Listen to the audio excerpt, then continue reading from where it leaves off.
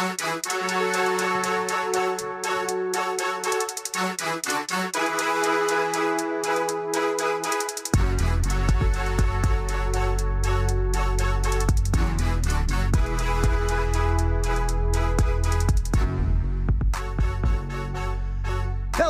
sports fans, and welcome to the Breakdown. Yeah, we got a big audience today. This is the biggest one we've had yet. I am your not-so-humble host, Ben. How are you? What a crazy week. What a crazy morning.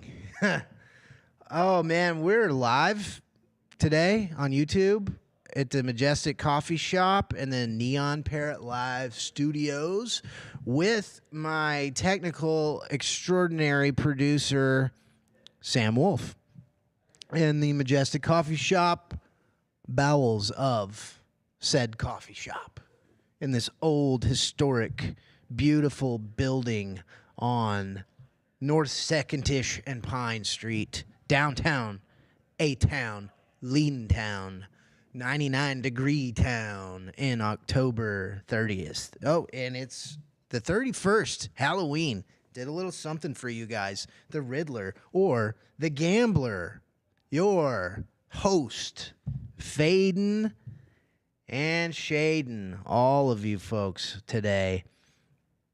Well, I nailed some picks last week, and I killed it. And did not nail some picks last week, but that's what we do here. So we're going to talk first to open this show. We will go into our World Series. Our Los Angeles Dodgers at the New York Yankees. The Dodgers win in a gentleman's sweep. Man, what a series. I actually placed a tasty little wager on Game 4, which would have been the sweep, and I lost. So you're welcome to the Yankees for that game. The Yankees looked bad the whole series. They did not look good. They were lacking in the fundamental department here, folks.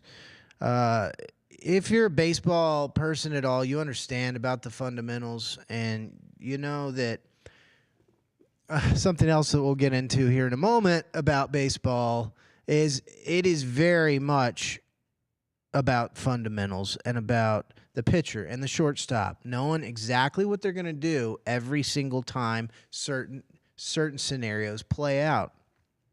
And, wow, let's just talk about how the fans in Los Angeles and in New York kind of had an interesting night, an interesting week.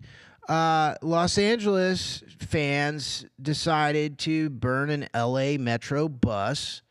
They looted businesses, and they assaulted several people in the streets and threw a lot of rocks and fireworks and things like this. There were about 300 to 350 around that number of arrests by the LAPD. I don't understand why certain areas do this when they win things. Maybe they win too many things. You know? I don't know what to tell you. You got a Super Bowl recently. You got a World Series win in 2021, I think. Just got another one. Here in Texas, in Dallas-Fort Worth area, we won the World Series last year, the Texas Rangers, and I don't know what the difference is in the two areas, but one thing or three things we did not do is we did not loot businesses, burn down city buses, and assault people in the streets after our victory. We just had a parade, you know? I don't know. And I want to clarify that this, I'm not implying anything racial here, because in the Dallas-Fort Worth metro area, it is a melting pot of all different kinds of people, races, creeds, religions, everything else. So don't come at me with that. I just find it interesting that some of the areas are so prone to just burn stuff, you know, and go crazy over a win.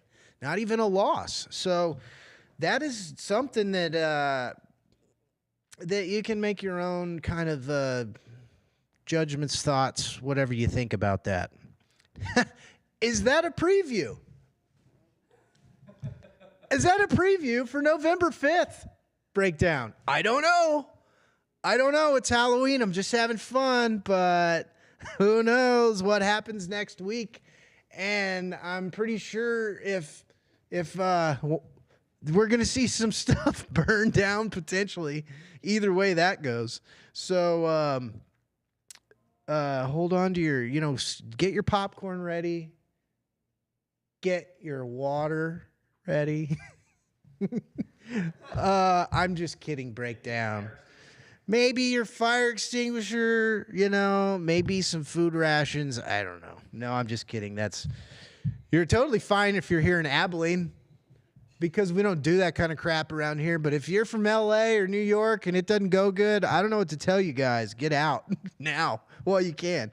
But come to Lean Town. You know why nothing like that happens in Abilene? Because it's too damn hot. That's why. I'm wearing this jacket. I'm not sweating yet. Sam's got it nice in here. But we've had like a week of 88 to 90 degree weather here in the Lean. And it's just strange. But I don't know why I'm surprised, because it's the same way every year. And then every year, like, you get through June and July and August and then September and then October, and it's still freaking hot outside. Wow. The show before my show called my buddies D. Grant and Travis do that one. They had some pretty interesting takes on the weather, and I was very intrigued by their show. You should check it out. And also, while we're plugging shows, here at the Neon Parrot Live Studios, there is an open mic night every Sunday here, and it is streamed and recorded, and it's really cool. There's some really incredibly talented artists just right here in the Lean Town. And also, I believe there's a karaoke night coming up tonight right here. You heard it here first, folks. Now, okay, continuing on our baseball talk, because this will be the last day we talk about baseball. Thank God. But, I ripped on the city of Los Angeles. It's easy to do, especially when you burn stuff, when you win things. Don't understand that. But I'm going to switch my gears to the Yankee fans and those idiots. They call fans fanatics because fanatical means you're crazy, essentially, and that's true for a lot of us. I like to think that I am for sure a fanatic, because why in the hell would I be wearing this shirt if I didn't really love them? Okay, so I am a fanatic, but I like to,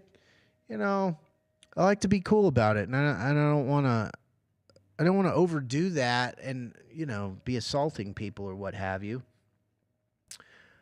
The Yankees fans, these two dudes on the right field wall, a home run was hit. It was a foul ball, but Mookie Betts goes up to catch it, and these two guys, I'm the Riddler. These guys were Batman and Robin of the crazy ass fans. But ball's in Mookie's glove. The guy grabs his glove. His buddy grabs a ball out of the glove, throws it on the ground. And Mookie's like, "What are you doing, man? What is this?" And, I just kind of wanted to cover how bad that could be and how this can go south and go wrong so quickly.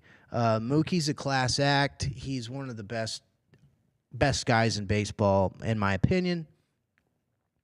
That after that game 4, he was interviewed. What do you think about these guys that did that? And he played it cool. And he's like, I don't care. He's like, it's fine. On to game 5. We need to win. Let's wrap it up. Well, last night after they win the series, he clarifies. He said, I was being cool yesterday, but I wanted to kick their ass. And Mookie probably would have. So, I appreciate him keeping it cool and keeping it classy. But if he would have hit that guy, I wouldn't have had a problem with it. I don't know why anybody else would either, but that's okay. The Yankees told these fans that they could not come back for Game 5, but didn't really specify that they couldn't come back for the rest of the series if it continued. The Yankees sucked so bad that it did not continue. But I think that's kind of, these guys were hailed as heroes at the local bar. I don't know. Grown men, man-children behaving that way is you can't go to a professional sporting event without seeing this kind of behavior. I mean, it can be pretty dangerous places to be, honestly, if we're being honest with ourselves. And there's kids around, that just is an example of something that could have gotten out of control. And so they did give the tickets from these two idiots to I believe, a teenage boy that was battling cancer and his family. And I thought that was a good move on baseball's part. And I wanted to mention that I did find it moving that the MasterCard and Stand Up for Cancer thing, they did that last night.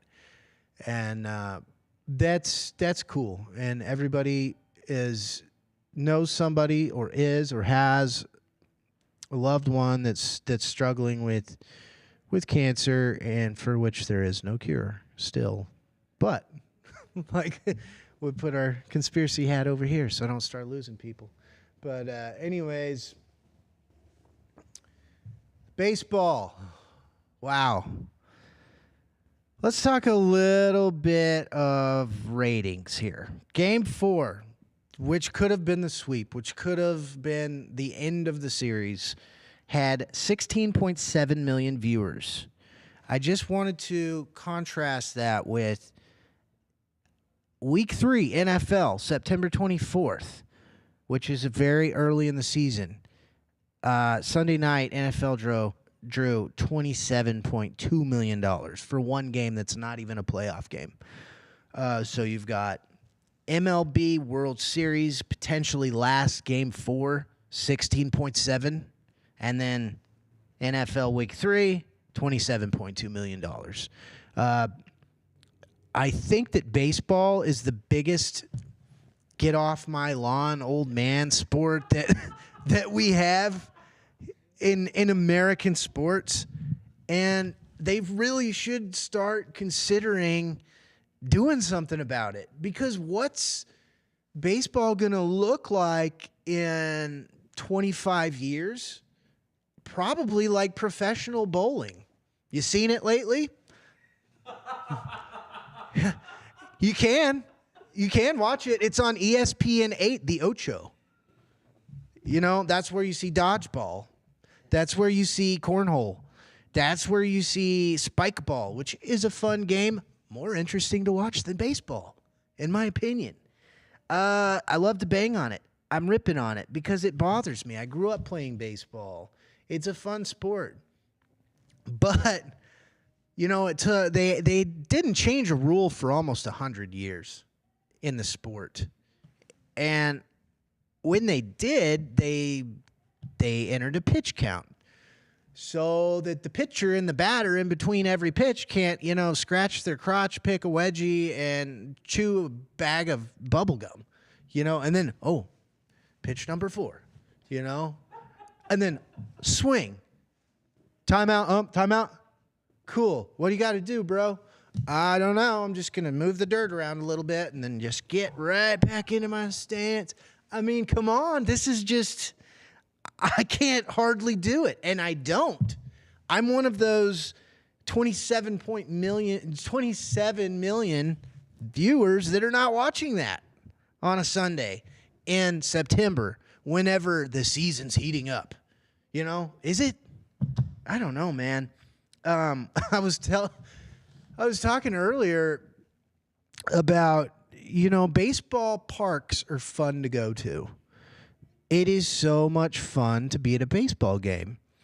The problem, though, is that it's an all-day event. And by all day, I mean all day. You can have 2 hot dogs, 6 beers, wake up and you're drunk and you're halfway through the second inning. I mean, that's a problem because ballparks aren't what's, bringing in the dough. It's the TV deals they have with Fox and ESPN. I like the Field of Dreams game that they do every year. Where Costner did the movie. They have baseball games out there now, and that is a place. It's in Iowa, somewhere like this. That's cool, but after the intro, and then I'm like, oh, that's neat, and then they're playing baseball again. Okay, and the season is grueling. It's 120, 30, 40, 80 games. I don't know what it is, but good Lord, man, I can't do it, and I don't, and a lot of other people don't either. So I think you guys really need to consider doing something because, I know you have tons of money, like just hand over fist money, but they had, I think, 3 lockouts this season where the Players Association or the union was in a fight with the owners, and I just don't know that anybody really cared or missed anything. So that's my baseball rip in there. I just don't love it. Goodbye, baseball. Until next week. That's the other thing. There's a break for it's almost as bad as women's college basketball. They only get a month off. And then Caitlin Clark, by the way, who's awesome, and I've got a lot to say about her coming up. When we started the show, it was kind of the WNBA playoffs, which wasn't relevant until Caitlin Clark showed up, but I can go on and on and on about that. But when she was drafted, she basically had 6 weeks from the time her college season ended until she started with the Indiana Fever. And boy, that's a quick turnaround. And that's why it took her a little while to get going. But baseball, goodbye. We'll see you next week.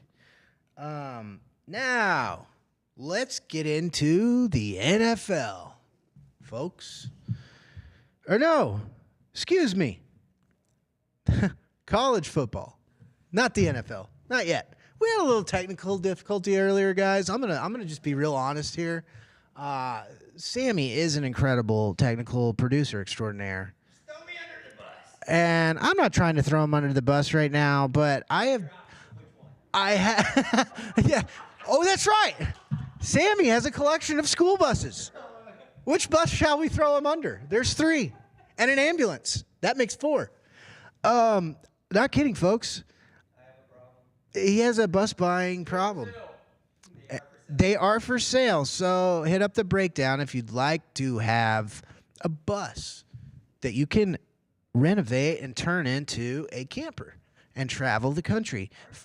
Following or tailgating, this would be cool. Or you could follow the Grateful Dead, like I've done once. Which is also sad. This is impromptu, but breakdown viewers. One thing we talk sports on the show. We have human elements on the show, but one of the things that may not surprise you about myself is I am what they call a deadhead. I am a Grateful Dead fan. Woo! Hey. I am a Grateful Dead fan for pretty much since I was 15 years old. I got my first CD at a CD warehouse. Didn't even know who they were. I just thought the skull, the Deadhead thing, Steal Your Face was cool. And so I bought a copy of their greatest hits CD, and the rest is history. I've been trucking ever since. So last week we lost Phil Lesh, which is the bass player for the Grateful Dead. He is a classically trained violinist and composer of music. He was 84 years old. That was a great run, especially, God, these guys lived hard. They invented hard living. Their genre of rock and roll was called acid rock. So you figure it out for yourself.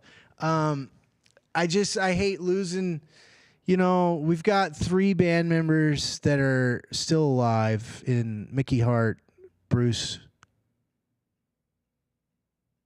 Can't pronounce his name sometimes. Bill Kreitman. Okay, there he is.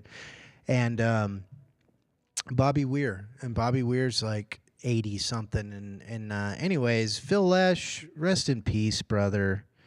Don't fade away. And here's to your family. And anyways, the Grateful Dead have meant a lot to me over the years. And it's just really sad whenever you've got these, you know, these older bands that are reaching into their 80s. And, you know, some of us here in the audience saw him in 2016. Woo! Yeah, where John Mayer was actually filling in for the long deceased Jerry Garcia. And, man, John Mayer's an incredible vocalist and guitarist. The guy can shred. But so yeah, that's kind of been a little sad for me lately with the losing members of my favorite band. So here's to all you deadheads out there, which I know there's a lot. Rest in peace, Phil Lesh. Okay, college football. ACU coming off a bye week. Gonna face Southern Utah.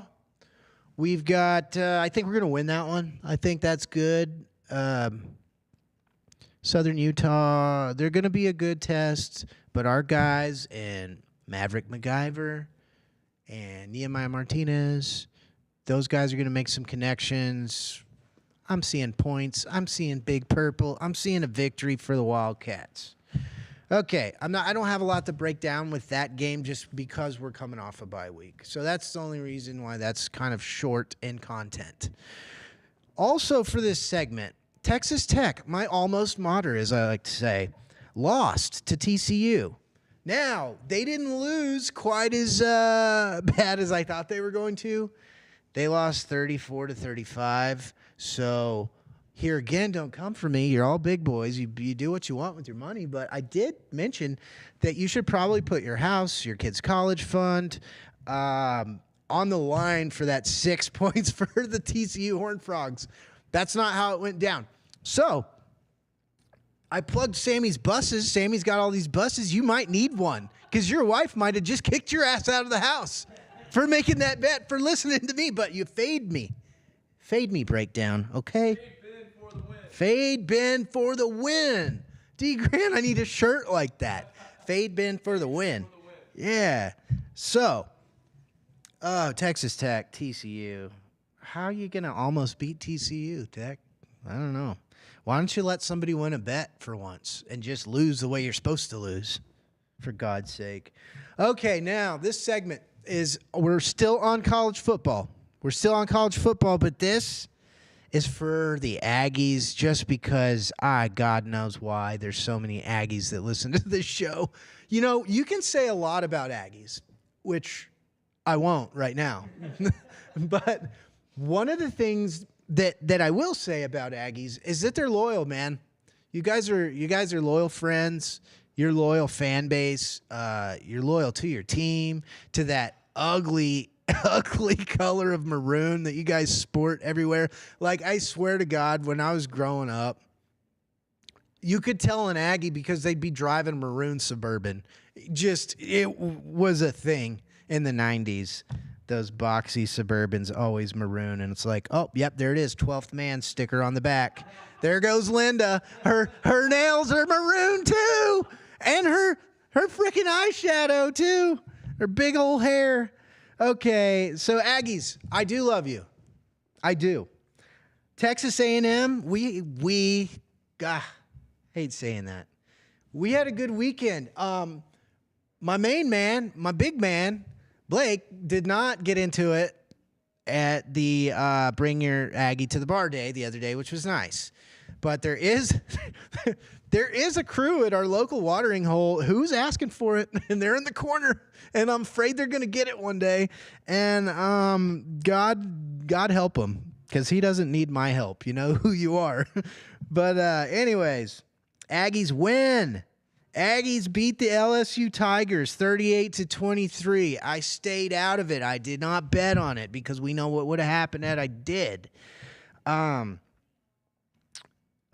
my note says no Tiger fans were hurt at the bar. So, oh man, that was a great win. I think that, still they didn't move. Do you have Penn State at number 3 in the rankings? That's going to be funny when Ohio State kicks your ass this weekend, Penn State. Then what? Are the Aggies going to stay at 14 or whatever they're at still?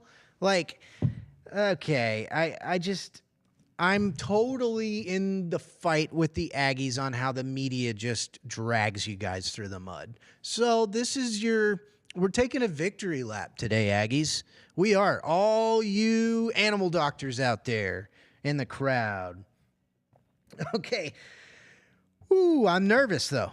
Why am I nervous? Because it's college football. And for the first year in many years, because we've expanded this 12-team playoff, there is so much parity in college football, and I love it, and it's so fun, and it makes it fun to gamble on, win or lose. And we've got some conference realignment that has happened, and it has just been fun.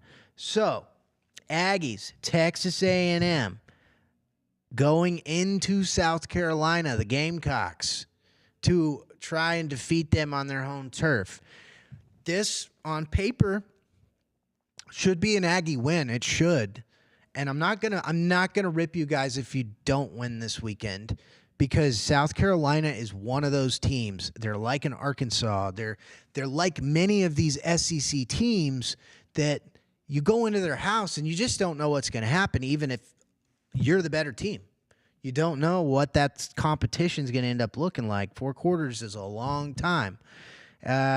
So, and the other thing that makes me a little nervous, but maybe at least the media may be not giving you guys your respect, but the odds makers are at the books. They're giving you respect. They've got you as a 2.5-point favorite against the Gamecocks.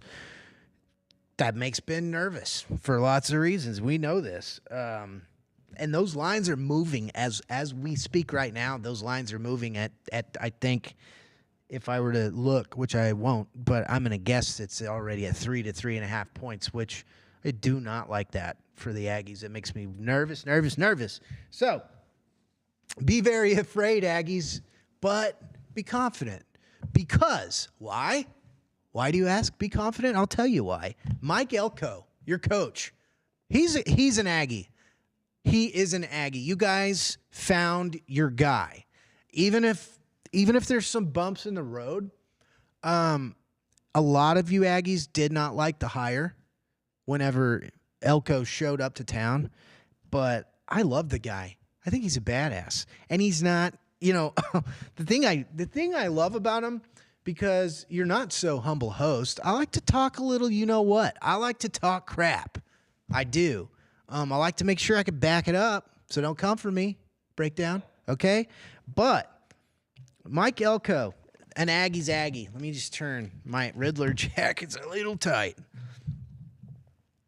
Coach Elko took some shots after the win at LSU.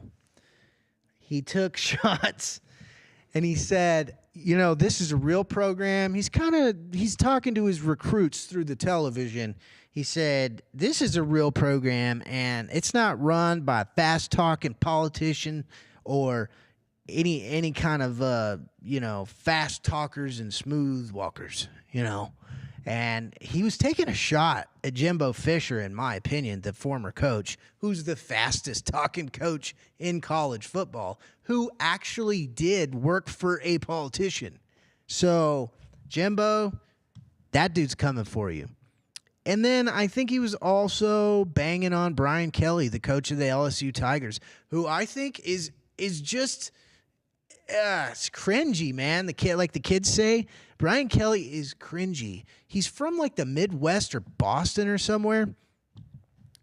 He's not from the South, okay? He took the LSU job, and he's doing this. He's, doing this little fan, at the stadium or at a basketball game. He's with his wife, and he comes up with this fake Southern accent for the crowd, and it was so bad. He said, I would just like to say that me and my family are so glad to be here. And I'm like, dude, that's cartoonish, bro. That is so bad. And, cringe. That was even cringe. Even made me cringe doing it myself. So, Brian Kelly, I'm glad you got beat. So, bye. Bye, Felicia. Okay, now that was my college breakdown. Aggies, we're going to beat the Gamecocks this weekend. Don't worry. But worry a little. On to the NFL. I believe this is when my camera switches over. This is technical talk. I'm just making sure. Breakdown. I'm trying to get better. Your technical producer extraordinaire, Sam Wolf over here, you guys wouldn't believe, and I'm not lying, there's a lot of cameras in this room. This is actually professionally produced. However, unprofessionally, I may be on this other end of the silver microphone, the chrome microphone. So I'm trying to get a little better at where I need to look. And that's okay. So I'm being honest about that breakdown. So here we are. New topic, new segment, new camera. There we go. Finally caught up to me. Okay, NFL. This is going to be a lot of fun for me. And you guys, I bet you can guess why. Has to do with the color green that I'm wearing today. Last Thursday. Okay, wait. No. Okay. I got ahead of myself because I can't wait for this part of the segment. But I've got to beat up on myself first for a crappy bet that I made. Last Thursday night football's game was the Los Angeles Rams and the Minnesota Vikings in Inglewood. Not Los Angeles, but that's okay. I lost the bet. Poor decision. Who'd have thought? Did you fade me? Because you should have, and I told you. You should have faded me. But did you? We'll see. I'm never betting against Matt Stafford again. I've said it twice on this program since week 1. I said I don't bet against Matt Stafford as I continually bet against Matt Stafford. And he won. Oh, the Rams beat the Vikings 30-20. So, yeah, Stafford handled them like he does. He's 36. He's technically an old-ass man in the league, and he just torches people, torches defenses. And I should have done a little more research before I told you all to place that wager, which I didn't tell you. I just said, hey, this might be a good one, might be a tasty one. Because Puka Nacua, one of his top dudes, was back. I thought he was injured. He was not injured. He was back. And then, Cooper Kupp? Thought he was injured. He was, but then he was back that night. So should have done maybe a little better research leading up to that game. But I feel it with the Vikings and Darnold. I think they've got something there. And I still stand by that. I think they're going to win a lot of games. And like we said, could the Vikings win a Super Bowl with Sam Darnold? And I say, I could probably win a Super Bowl with Sam Darnold. So with the Vikings. Last week I made an off the cuff joke about what was his name? Trent Dilfer. That was kind of mean, but I was like, if Trent Dilfer can win a Super Bowl, then I can win a Super Bowl. So yes, on the right team, Darnold can do it. And I'm following the Vikings. They might even be one of my adopted teams coming up because our good friend Travis Eason, who does a show before mine with D. Grant Smith called he spent a couple of years in Minneapolis, St. Paul, Minnesota. And I think that's where he fell in love with the Grateful Dead all those years ago. And he was a Vikings fan. He reps Raiders gear because we're homies, and he wears whatever shirts I give him.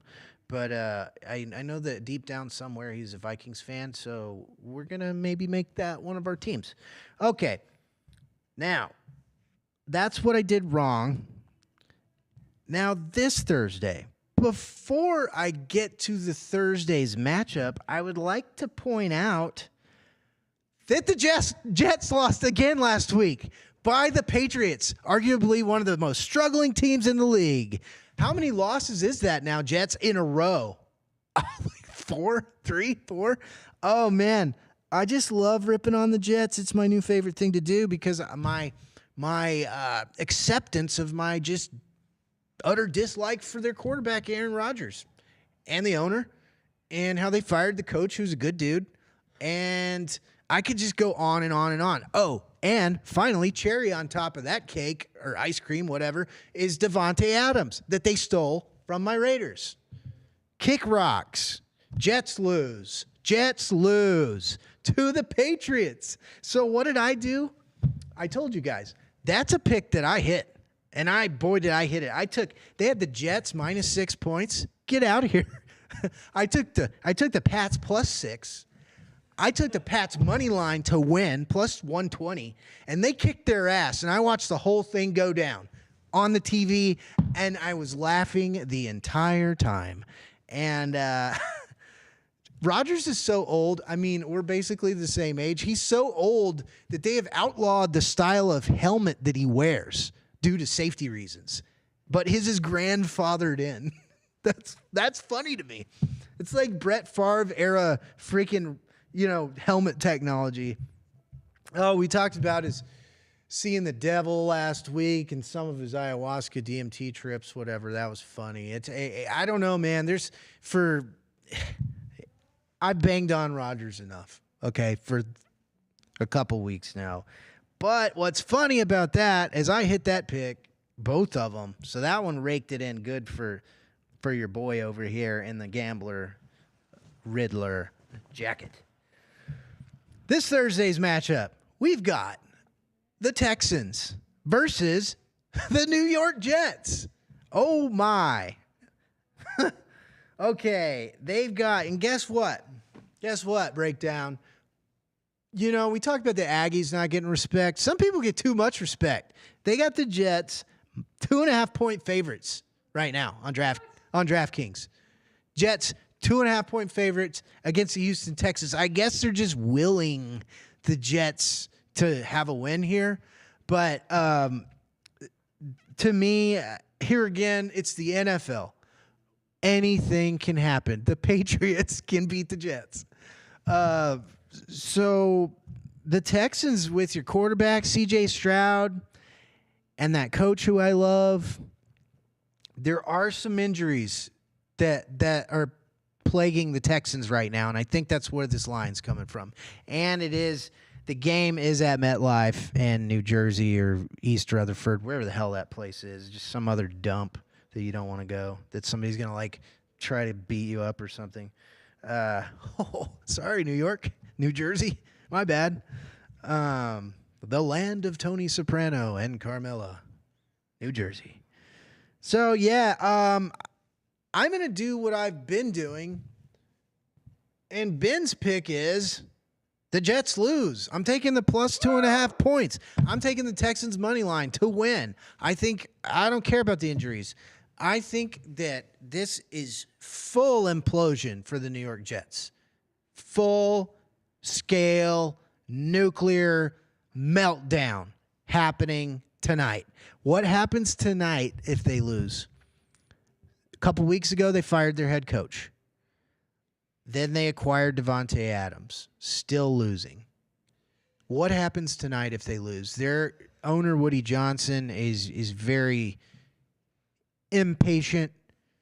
Not to steal from Colin Cowherd, but he mentioned the other day that billionaires are very impatient people. They tend to take risks. They tend to be impatient. What does Woody Johnson do here?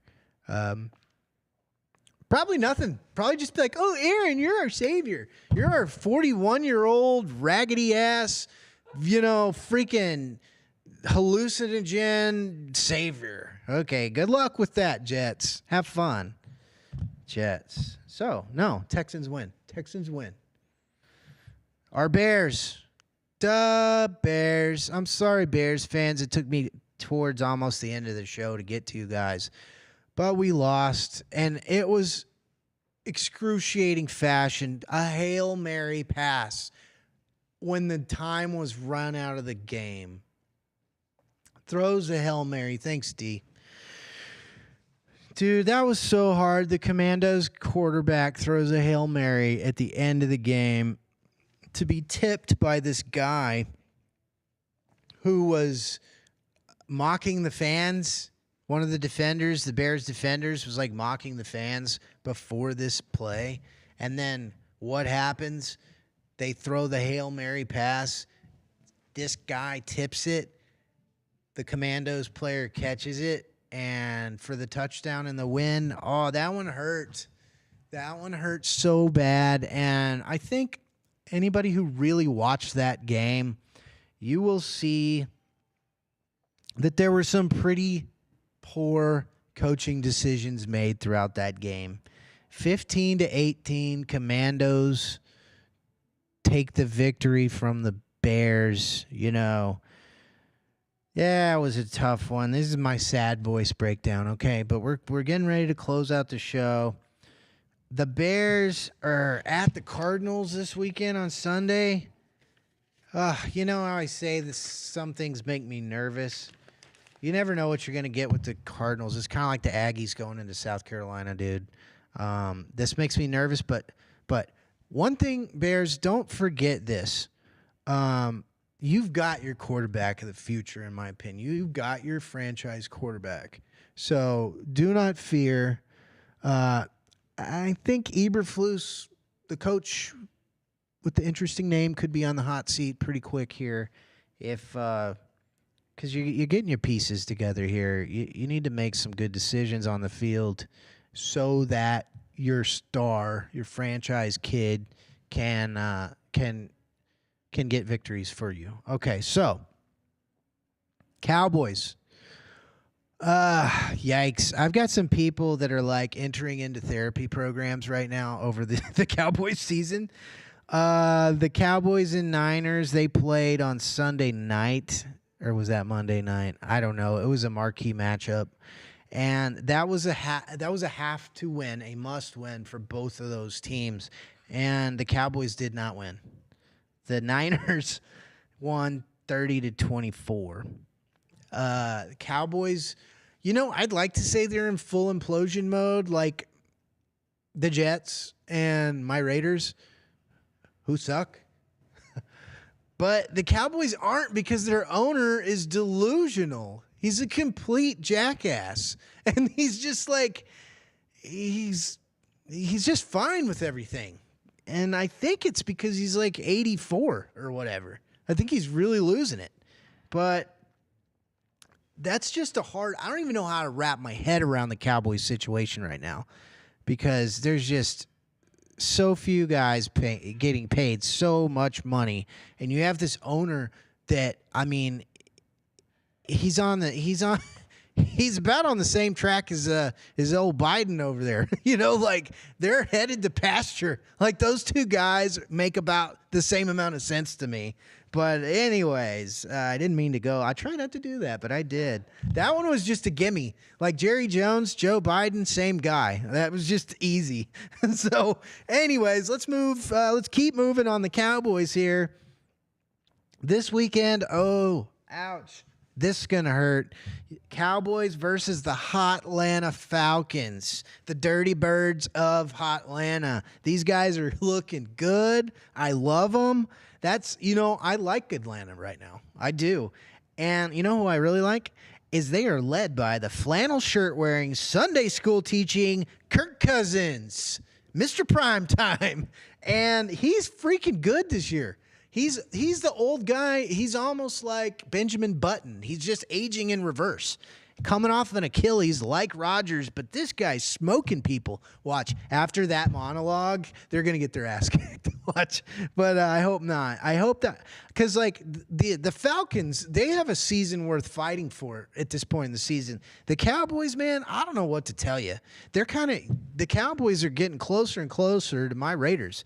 Like, I guess just show up and we'll root for you because we love you, but what's the point? You know? I don't know. I love the Falcons. I love Kirk Cousins. So that's my Cowboys breakdown. Now, moving on, the Chiefs, the Kansas City Chiefs, Taylor Swift and co. beat the Raiders. Surprise, surprise. Breakdown. I picked that. I bet that. I won because I knew exactly what was going to happen, and it did happen. And like the Chiefs looked like they were asleep, and they beat the Raiders. Like they could have done that with their second string. It almost looked like that was just bad, man. And like I said, it wasn't a terribly like beat down. It was just like the Chiefs were kind of look like the Harlem Globetrotters back in the day. You'd go with your, you go see the Harlem Globetrotters, like do do do do do do, and like just smoking the Generals or whoever the other team was. It looked like a Harlem Globetrotter performance against my Las Vegas Raiders. Okay, I'm gonna close out the show with my Raiders because why? Because it's my show. That's why. So. Raiders this weekend at the Bengals, Cincinnati. Joe Burrow, their media-loved quarterback from LSU that won a national title. He's been terrible. He's been injured almost every year. He had that Super Bowl run, like I think we're working on 3 years ago, or is it 4? I can't remember. But these are the kind of guys that I'm like, why are you the media's darling? What did you do to earn that title and that respect? Joe Burrow, he's with a terrible organization. The Cincinnati Bengals are like the New York Jets, the Cleveland Browns, the Las Vegas Raiders. I mean, these are just poorly run organizations. Now the Indianapolis Colts, I don't know if you guys saw the quarterback kid sat out of the game because he was tired the other day. Jeez. Their owner dresses up like, kind of like me today. He dresses up like Willy Wonka in the Chocolate Factory, and I don't think he's allowed to drive a vehicle right now because of being caught with all the Percocets and the alcohol, but I don't know.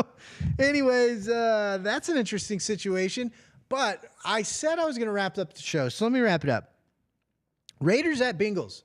Raiders suck. Bengals, you suck too. Kevin McAllister, a.k.a. Joe Burrow, is leading that team right now. He looks like Eminem. He did the bleach the hair thing. I don't know. That doesn't seem to be working. When you listen to this guy get interviewed, it's bad. But so it's not just my opinion that Joe Burrow looks like Macaulay Culkin from Home Alone. Macaulay Culkin from Home Alone went as Joe Burrow for Halloween yesterday. He went to a Halloween party as Joe Burrow. It's hilarious. I love it. That is awesome. The Bengals are a 7-point favorite against my Raiders. I think I'll go the other way. I've been staying away from the Raiders lately, except for when they're playing the Chiefs, and I know they're going to lose. But I think this could be a game where they're like, oh, that's disrespect. You think a crappy team like the Bengals and Home Alone kid is going to come in here and do this to me? I don't think so. So I'm going the other way. I'm taking the +7. I'm not taking the win because it would surprise the hell out of me if the Raiders beat anybody right now. So I'll take the +7 though. Do that if you will. So that's gonna close out our show for the day, guys. I'd like to say happy Halloween. We like to have fun with it. Watch D. Grant and Travis Eason's program before this called and if you're looking for a school bus, Sammy's got a lot of them. And thank you, Travis and TJ, for my new music that we introed with, and hopefully we're gonna outro with. And they Sammy, did they like mix this? Is that what they did? Like they created it somehow using some program. Yeah, they like mixed it like a DJ or something, man. And yeah, it took a lot of notes. Yeah, so thanks again. Breakdown. Yeah, thank you, Majestic Coffee Shop at Neon Parrot Life Studios. Thank you to my technical producer extraordinaire, Sam Wolf. Come have some coffee. Come enjoy the vibes here in the lean town. And hopefully it'll cool off soon. Yeah, so that's going to be it for our show today, Breakdown. Boom, yeah. Yeah. It's my new tunes, guys. Oh, yeah. Thanks again, TJ. Thanks, Trav.